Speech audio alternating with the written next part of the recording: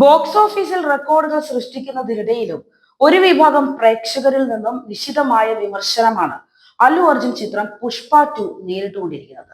December 5-ന് ലോകവ്യാപകമായി release ചെയ്ത ചിത്രം ഇന്ത്യയിൽ നിന്ന് മാത്രം നേടിയത് 175.1 കോടി രൂപയാണെന്നാണ് റിപ്പോർട്ടുകൾ പറയുന്നത്.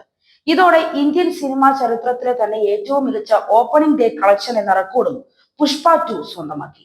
ആദ്യ ദിന കളക്ഷനിൽ ഷാറൂഖ് ഖാൻ ചിത്രം ജവാന്റെ റെക്കോർഡാണ് അല്ലു അർജുൻ ചിത്രം മറികടന്നത്. ഓവർസീസ് കളക്ഷൻ കൂടെ ചേരുമ്പോൾ ആദ്യ ദിന കളക്ഷൻ 200 കോടി കടന്നേക്കുമെന്നും റിപ്പോർട്ടുകൾ പറയുന്നു.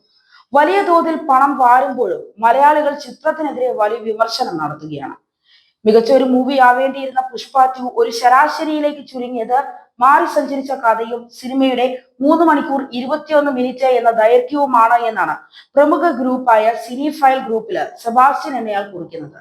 നല്ല രീതിയിൽ എൻഗേജിംഗ് ആയി പോയിക്കൊണ്ടിരുന്ന ഫസ്റ്റ് ഹാഫും സെക്കൻഡ് ഹാഫിന്റെ തുടക്കവും നല്ലൊരു ക്ലൈമാക്സിലേക്ക് നീങ്ങുമെന്ന് പ്രതീക്ഷിച്ചിടത്താണ് അനാവശ്യമായി കഥയുടെ സഞ്ചാരം തന്നെ മാറിപ്പോവുകയും സിനിമയുടെ പ്രധാന തീമായ ചന്ദനക്കടത്തോ എന്തിനേറെ പല രംഗങ്ങളും വരെ മറന്നു പോകുന്ന രീതിയിൽ മറ്റൊരു ദിശയിലേക്ക് സഞ്ചരിച്ചു.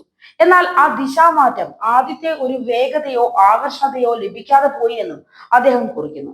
പോരായ്മകൾ ഉണ്ടെങ്കിലും മികച്ച ദൃശ്യഭംഗി, ഫൈറ്റ്, അല്ലു അർജുന്റെ screen presence, Fahadh, dance choreography എന്നിവ കൊണ്ടൊക്കെ ഒരു നല്ല തിയേറ്റർ എക്സ്പീരിയൻസ് തരാൻ ചിത്രത്തിന് സാധിച്ചു.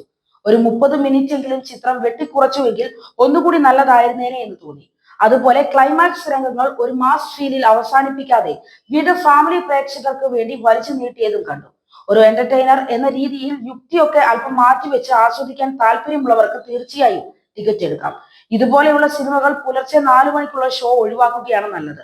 ഒരുപക്ഷെ കൂടുതൽ നെഗറ്റീവ് റിവ്യൂസ് വരാൻ സാധ്യത ആ സമയത്തിന്റെ ആവാമെന്നാണ് തോന്നിയിട്ടുള്ളത് എന്നും സെബാസ്റ്റ്യൻ കൂട്ടിച്ചേർത്തു.